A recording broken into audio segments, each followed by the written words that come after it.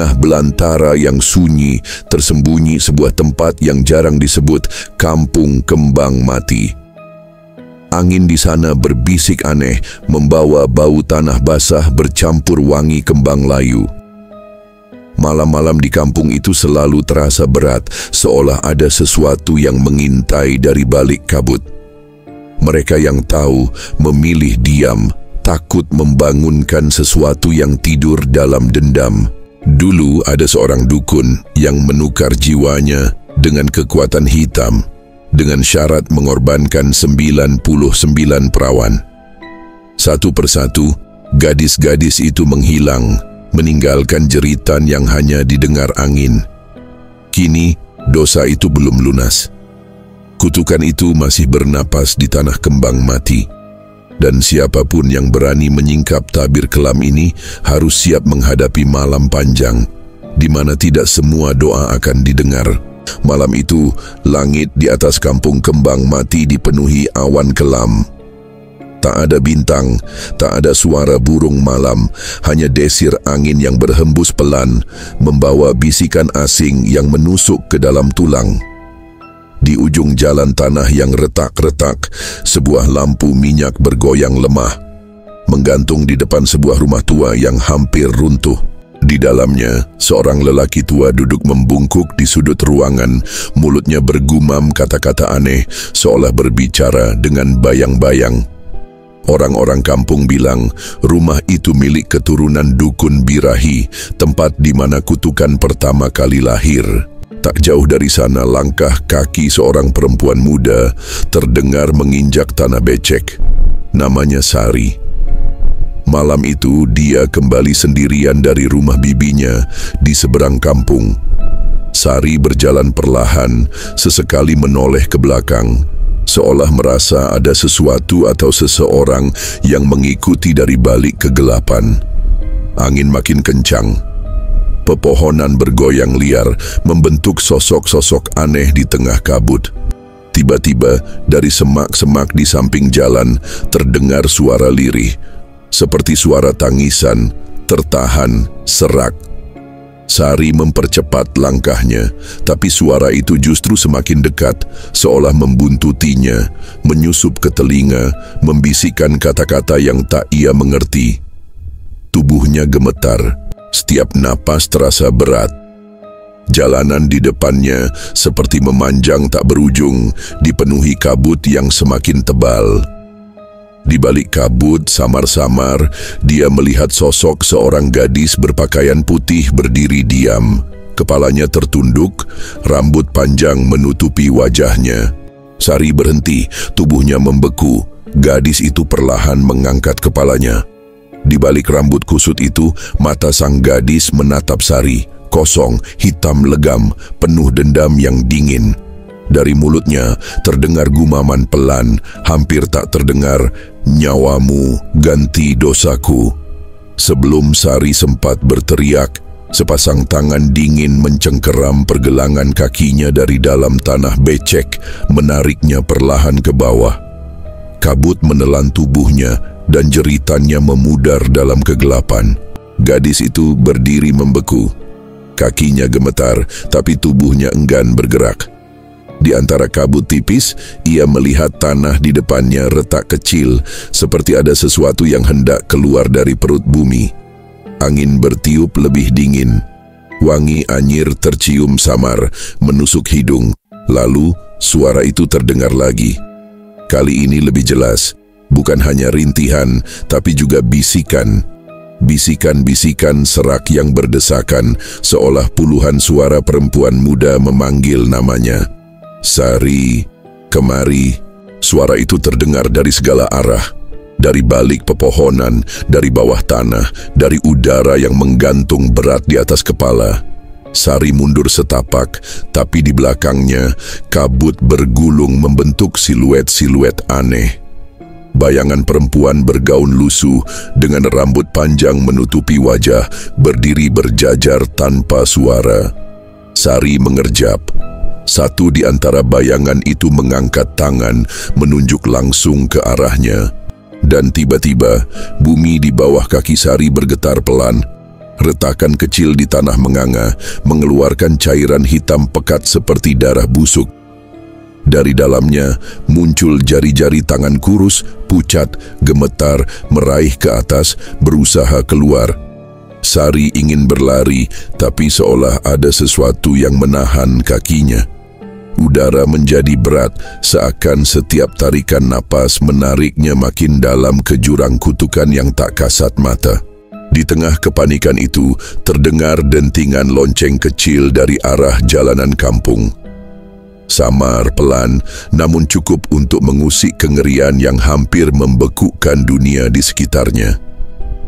Dan saat Sari menoleh ke arah suara itu, di kejauhan berdiri sosok lelaki tua berkerudung hitam, membawa sebuah tongkat kayu berukir tengkorak di ujungnya. Dia hanya berdiri diam, mengawasi. Senyuman tipis terukir di bibirnya penuh makna, seolah menantikan sesuatu yang baru saja dimulai. Keesokan paginya, kabut belum sepenuhnya terangkat dari tanah kampung Kembang Mati. Udara terasa lebih dingin dari biasanya, dan burung-burung di hutan seakan enggan berkicau. Warga kampung mulai keluar dari rumah mereka, berjalan perlahan dengan wajah tegang, saling berbisik di antara derap langkah yang nyaris tanpa suara. Di tengah lapangan kecil, di dekat balai kayu tua yang sudah rapuh, berkumpul beberapa orang tua. Tatapan mereka serius, kening berkerut, seolah merasakan sesuatu yang tidak beres. Sari belum pulang, bisik seorang perempuan paruh baya dengan suara gemetar. Semua saling berpandangan, wajah-wajah mereka memucat. Di kampung Kembang Mati, kehilangan seseorang bukan hal yang bisa dianggap biasa. Terlebih jika terjadi di malam kabut tebal seperti semalam. Seorang lelaki tua, kepala adat kampung, berjalan pelan ke tengah kerumunan. Tongkat kayunya menghantam tanah dengan dentuman berat yang memecah keheningan. Wajahnya keras, matanya cekung dalam bayang-bayang topi anyaman tuanya. Kutukan itu belum tidur, ucapnya lirih, hampir seperti gumaman. Dosa lama menagih janji. Beberapa orang perempuan mulai menangis tertahan. Seorang pemuda bernama Narto memberanikan diri maju. "Aku akan mencarinya," katanya, meski suaranya bergetar. Kepala adat hanya mengangguk pelan. Tapi sebelum Narto melangkah pergi, dari arah utara kampung muncul seseorang berlari tergesa-gesa. Nafasnya memburu, wajahnya penuh keringat dingin. "Di sungai," teriaknya. "Di sungai besar, ada yang aneh." Tanpa banyak kata, semua bergerak mengikuti arah suara. Derap kaki berlari menyusuri jalan setapak berdebu, melewati deretan pohon-pohon mati yang batangnya menghitam. Sungai itu terletak di perbatasan kampung, di mana airnya biasanya jernih dan tenang. Tapi pagi itu, air sungai berwarna keruh, kehitaman seperti darah basi. Di tengah arus, mengambang sesuatu yang membuat semua orang menahan napas. Sepotong kain putih, koyak, berbercak lumpur dan darah. Di ujungnya, terikat seikat rambut panjang yang masih basah, terombang-ambing di air yang bergelombang malas. Itu milik Sari. Jerit histeris pecah. Beberapa perempuan jatuh berlutut di tepi sungai, menangisi nasib Sari yang belum jelas. Namun, kepala adat hanya berdiri diam. Pandangannya tidak pada sungai, tapi pada sesuatu yang lain. Di seberang sungai, berdiri sosok hitam berkerudung, sama seperti malam sebelumnya. Tubuhnya tegak membatu, tongkat kayu tengkoraknya menancap di tanah becek. Dia hanya menatap, tanpa bergerak, tanpa suara, tapi seluruh kampung tahu. Itu adalah peringatan, dan malam berikutnya, bisa jadi akan ada korban lain. Malam kembali datang, membawa kabut lebih tebal dari malam-malam sebelumnya. Langit hitam pekat, bulan lenyap di balik awan berat, dan suara malam seolah ditelan kegelapan. Di balai kayu tua yang hampir roboh, beberapa orang kampung berkumpul diam-diam. Mereka duduk melingkar, diterangi satu-satunya pelita kecil yang bergoyang ditiup angin. Wajah-wajah mereka suram, penuh ketakutan yang tak berani diucapkan. Kepala adat duduk di tengah lingkaran, matanya tajam menatap setiap orang yang hadir. Di tangannya selembar kain putih yang ditemukan di sungai, kini sudah mengering, namun noda darahnya masih terlihat jelas. Kita harus bertindak, suaranya serak, hampir seperti geraman. Jika tidak, dosa itu akan menelan kita satu persatu. Orang-orang saling berpandangan, ragu, takut, tapi tahu mereka tak punya pilihan. Seorang lelaki setengah baya, yang dikenal sebagai tukang kayu, bersuara pelan. Kutukan itu datang lagi. Tapi bagaimana kita bisa melawan sesuatu yang bahkan tak bisa disentuh? Suasana hening, hanya suara kayu balai yang berderak pelan, seakan menahan beratnya beban ketakutan yang menggantung di udara. Lalu, seorang perempuan tua yang dikenal sebagai Mak Lucy berbicara dengan suara gemetar. Dulu, ada caranya. Dukun lama di kampung ini pernah mengajarkan, tapi butuh pengorbanan besar. Semua menoleh ke arah Mak Lucy. Matanya berkaca-kaca, tangannya gemetar saat ia mengangkat jari menunjuk ke arah bukit kecil di belakang kampung. Di atas sana, ada pohon tua, tempat semua perjanjian kelam dibuat. Kalau kita berani memutus ikatan itu, mungkin kita bisa mengakhiri kutukan. Tapi sebelum siapapun bisa menjawab, terdengar suara dentingan lonceng kecil di kejauhan. Semua membeku. Dari luar balai, di balik jendela reot, samar-samar terlihat kabut bergulung mendekat. Bersamanya, bayangan sosok hitam berkerudung berjalan perlahan mengitari balai, seperti mengendus bau ketakutan yang memancar dari dalam. Pelita kecil di tengah ruangan tiba-tiba berkedip-kedip, lalu padam. Kegelapan menelan semuanya. Dalam kegelapan itu, hanya suara kepala adat yang terdengar, berat dan penuh tekad. Besok malam, kita pergi ke pohon tua. Keputusan telah dibuat, dan sejak malam itu tidak ada jalan untuk mundur. Mereka telah memilih untuk melawan, meski mungkin mereka tidak akan pernah kembali. Malam berikutnya datang dengan sunyi yang aneh. Bahkan jangkrik pun seakan enggan bersuara. Kabut turun lebih tebal, melingkupi kampung kembang mati seperti selimut basah yang berat dan berbau tanah busuk. Di bawah langit yang kosong tanpa bulan, 5 orang berjalan pelan meninggalkan balai. Tubuh mereka dibungkus kain lusuh, membawa obor kecil yang nyalanya bergetar lemah. Narto memimpin di depan, wajahnya tegang menahan ketakutan yang hampir tak tertahan. Di belakangnya, Mak Lucy berbisik-bisik lirih, membaca mantra-mantra kuno yang nyaris hilang dari ingatan orang kampung. Satu persatu langkah mereka menapak tanah becek, menyusuri jalan setapak yang menanjak ke arah bukit belakang kampung. Di sepanjang jalan, kabut bergulung-gulung membentuk bayangan aneh yang bergerak di sudut mata. Sesekali, dari balik semak belukar, terdengar suara lirih, seperti suara anak kecil tertawa, namun nadanya sumbang, dingin, menembus hingga ke sumsum tulang. Mereka terus berjalan tanpa saling bicara, hanya suara langkah kaki bercampur deru napas berat yang mengisi keheningan. Semakin mendekat ke bukit, udara makin pekat dan bau anyir seperti darah tua semakin menusuk.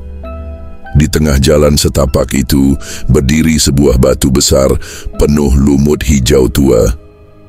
Narto berhenti sejenak di depannya. Mak Lucy berbisik di belakangnya. Batu ini penanda. Dulu, darah pertama tumpah di sini. Tidak ada yang berani menjawab. Mereka hanya berjalan mengitarinya, menunduk, menghindari tatapan kosong yang seakan mengintai dari dalam bebatuan. Langkah demi langkah, mereka akhirnya tiba di puncak bukit kecil itu. Di sana, menjulang sebuah pohon tua raksasa. Batangnya hitam, retak-retak seperti kulit makhluk purba. Dahan-dahannya menjulur ke langit, kering dan bengkok, seolah tangan-tangan mati yang memohon belas kasihan. Di bawah pohon itu, tanahnya kering, retak, meskipun hujan baru saja turun. Ada bekas-bekas lingkaran merah kecoklatan di tanah, seperti jejak ritual kuno yang terlupakan. Mereka berdiri di depan pohon itu, tubuh gemetar. Angin berhenti berhembus dan dunia seakan menahan napas. Mak Lucy mengeluarkan sebuah benda dari balik kain lusuhnya. Sebuah kendi tanah liat tua diikat dengan tali anyaman rambut manusia. Dengan tangan gemetar, ia mulai membuka ikatan itu. Tapi sebelum kendi itu terbuka, terdengar suara tawa pelan, tawa perempuan, bergaung pelan di antara dahan-dahan pohon. Tawa itu berubah menjadi isak tangis, kemudian berubah lagi menjadi bisikan melingkar di antara mereka. "Jangan buka kami." Narto melangkah mundur, matanya liar mencari asal suara. Tapi kabut semakin pekat dan bayangan-bayangan mulai bermunculan di antara pohon-pohon mati di sekeliling mereka. Bayangan perempuan, bergaun putih lusuh, berambut panjang basah, berjalan pelan mengelilingi mereka. Satu persatu, mereka mulai menyadari, malam ini mereka tidak sendirian. Mak Lucy menggenggam kendi itu erat-erat. Bibirnya bergetar membaca mantra dalam bahasa kuno yang hanya ia sendiri mengerti. Suaranya pelan, namun setiap kata terdengar menggema aneh di dalam kabut yang menggulung. Tangan-tangan mereka yang lain gemetar, memegang obor yang nyalanya semakin kecil, seolah ketakutan menghadapi apa yang akan terjadi. Narto berdiri paling depan. Matanya menatap pohon tua dengan tatapan kosong, seolah terpanggil oleh sesuatu yang jauh lebih tua dari usia kampung mereka sendiri. Mak Lucy perlahan membuka tutup kendi.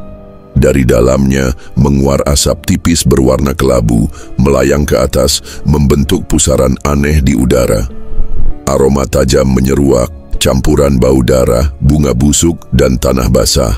Angin kembali berhembus, tapi kali ini tidak membawa kesejukan. Ia membawa suara tangisan, suara jeritan, suara tawa perempuan yang patah bercampur menjadi satu. Suara itu berputar-putar di sekitar mereka, semakin keras, semakin menusuk. "Mulai," bisik Mak Lucy. Narto menghunus sebilah pisau kecil yang sudah dipersiapkan. Ia mengguratkan sebuah garis di telapak tangannya. Darah segar menetes ke tanah di bawah pohon tua. Begitu darah menyentuh tanah, bumi di bawah mereka bergetar pelan, seperti jantung raksasa yang perlahan terbangun dari tidur panjang. Mak Lucy mulai melantunkan mantra lebih keras. Suaranya bergetar namun memaksa, menantang sesuatu yang tersembunyi di balik kabut. Dari dalam tanah, di sekitar akar pohon tua, mulai bermunculan gelembung-gelembung lumpur. Dari celah-celah retakan tanah, muncul jari-jari tangan kecil berwarna keabu-abuan, berusaha meraih udara, bergetar lemah. Bayangan-bayangan perempuan bergaun putih semakin dekat. Mereka berdiri membentuk lingkaran, mengelilingi Narto, Mak Lucy, dan yang lainnya. Mata-mata hitam kosong itu menatap mereka tanpa berkedip. Wajah mereka pucat, beku, penuh luka. Mak Lucy berteriak di tengah ritual. Suaranya seperti campuran rasa takut dan amarah. "Kami kembalikan dosa ini. Kami bukan pewarisnya. Kalian bebas, tapi biarkan kami hidup." Tiba-tiba salah satu bayangan perempuan itu berlari ke arah Narto. Tubuhnya membelok tajam, bergerak tidak seperti manusia. Obor di tangan Narto padam seketika, ditiup angin gaib. Semuanya menjadi gelap. Dalam kegelapan terdengar satu jeritan panjang, memilukan, lalu hening. Saat nyala pelita kembali menyala perlahan, hanya 4 orang yang tersisa berdiri di sana. Narto menghilang, yang tersisa di tempatnya hanyalah bekas tanah cekung basah oleh darah. Mak Lucy jatuh berlutut, tubuhnya gemetar hebat. Ia tahu Ritual belum selesai, darah pertama sudah diambil. Untuk memutus kutukan, mereka harus bertahan sampai fajar. Jika tidak, seluruh kampung kembang mati akan hilang bersama dosa 99 perawan yang terkutuk. Dalam gelap yang pekat, 4 orang yang tersisa berdiri saling membelakangi. Obor-obor kecil di tangan mereka bergetar hebat. Kabut makin tebal, bayangan-bayangan perempuan bergaun putih kini bergerak mengitari mereka, berbisik menangis, terkadang tertawa melengking hingga menusuk ke dalam dada. Mak Lucy tetap memeluk kendi tanah liat di dadanya, membaca mantra tanpa henti. Suaranya bergetar antara ketakutan dan keteguhan. "Jangan berhenti," bisik Mak Lucy lirih. "Apapun yang terjadi, jangan berhenti." Suara langkah kaki berlari-lari kecil terdengar di sekeliling mereka. Kadang dekat, kadang menjauh, kadang terasa tepat di belakang telinga, membuat bulu kuduk mereka berdiri kaku. Salah satu lelaki mulai menangis tanpa suara, lututnya gemetar hampir ambruk, tapi tangan Mak Lucy menggenggam bahunya kuat-kuat, menahan, memaksa untuk bertahan.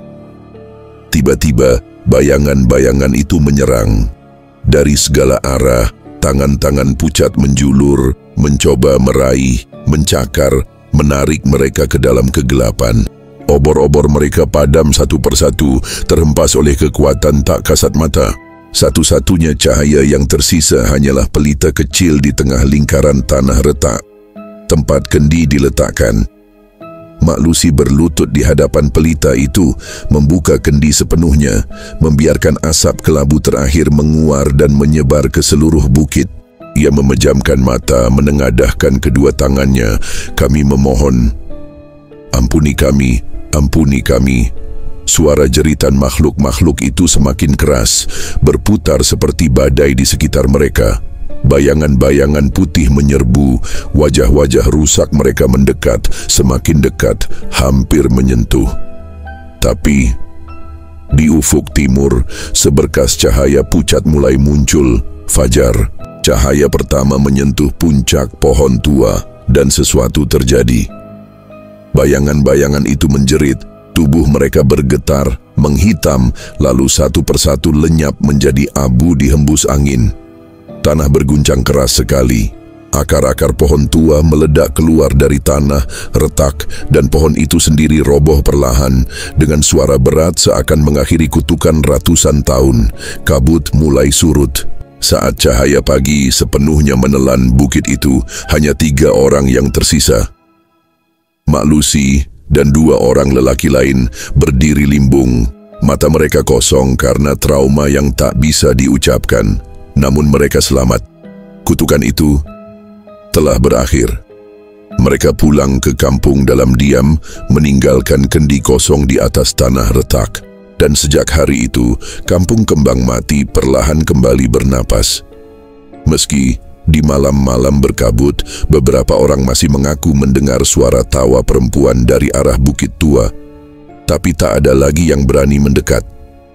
Karena mereka tahu, beberapa dosa tidak pernah benar-benar bisa dihapus. Semua telah berakhir, atau setidaknya, itulah yang mereka yakini. Kampung kembang mati kembali sunyi, pohon tua telah roboh, dan kabut perlahan meninggalkan tanah itu. Namun di dalam tanah, di balik akar-akar mati, masih tersimpan bisikan jiwa-jiwa yang dulu dikorbankan. Dan bagi mereka yang cukup nekat untuk melintasi bukit itu saat malam tiba, mungkin, hanya mungkin, mereka masih bisa mendengar tawa patah atau tangisan lirih yang dibawa angin dari dunia yang seharusnya sudah terkubur. Karena dosa 99 perawan bukan sesuatu yang mudah dihapuskan, hanya ditunda, menunggu untuk bangkit kembali ketika waktunya tiba. Terima kasih sudah menonton. Jika kalian suka video ini, jangan lupa like, share, dan subscribe agar tidak ketinggalan kisah-kisah horor lainnya. Punya pengalaman mistis? Tulis di kolom komentar, siapa tahu cerita kalian akan kita bahas di video berikutnya. Sampai jumpa.